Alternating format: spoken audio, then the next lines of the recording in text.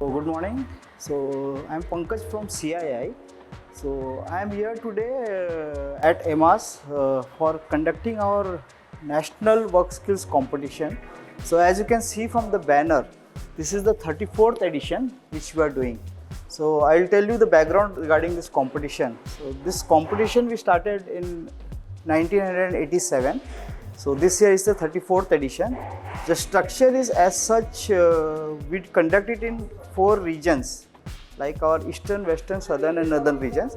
And the winners of all the trades, top 2, first and second, are eligible for the national level competitions. So, and in this we have around 2 categories, that's above 22 and below 22. And we cover around 30 to 32 skills in which we have this competition.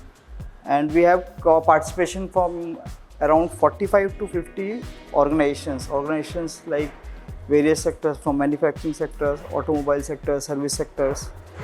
And this year we are conducting it at 2 locations, ITI Pusa and obviously Amass. And it was a pleasure to have your support, that too in a very end moment, because we had some challenges, technical challenges over there.